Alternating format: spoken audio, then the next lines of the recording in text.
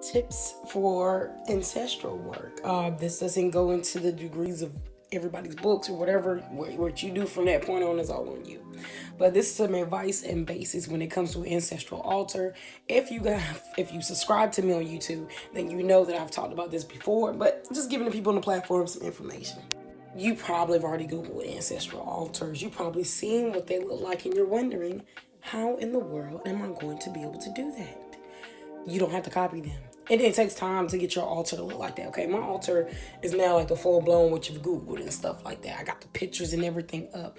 But the easiest way too, as well, if you do want pictures that bad of your ancestors that have passed on, get their obituaries.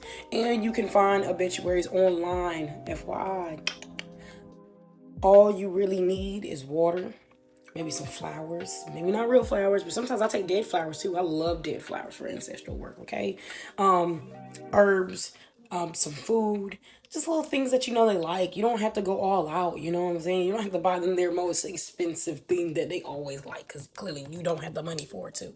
And still, the technical way in the physical realm is not doing nothing but sitting around for you and their pleasure.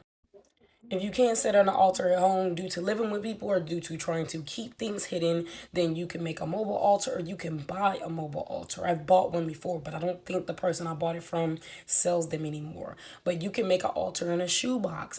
You can make an altar that doesn't even really look like an altar. And you don't have to always do ancestral altars if you're into making any type of altar, money altar, deity altar, all that type of stuff. You can do that too.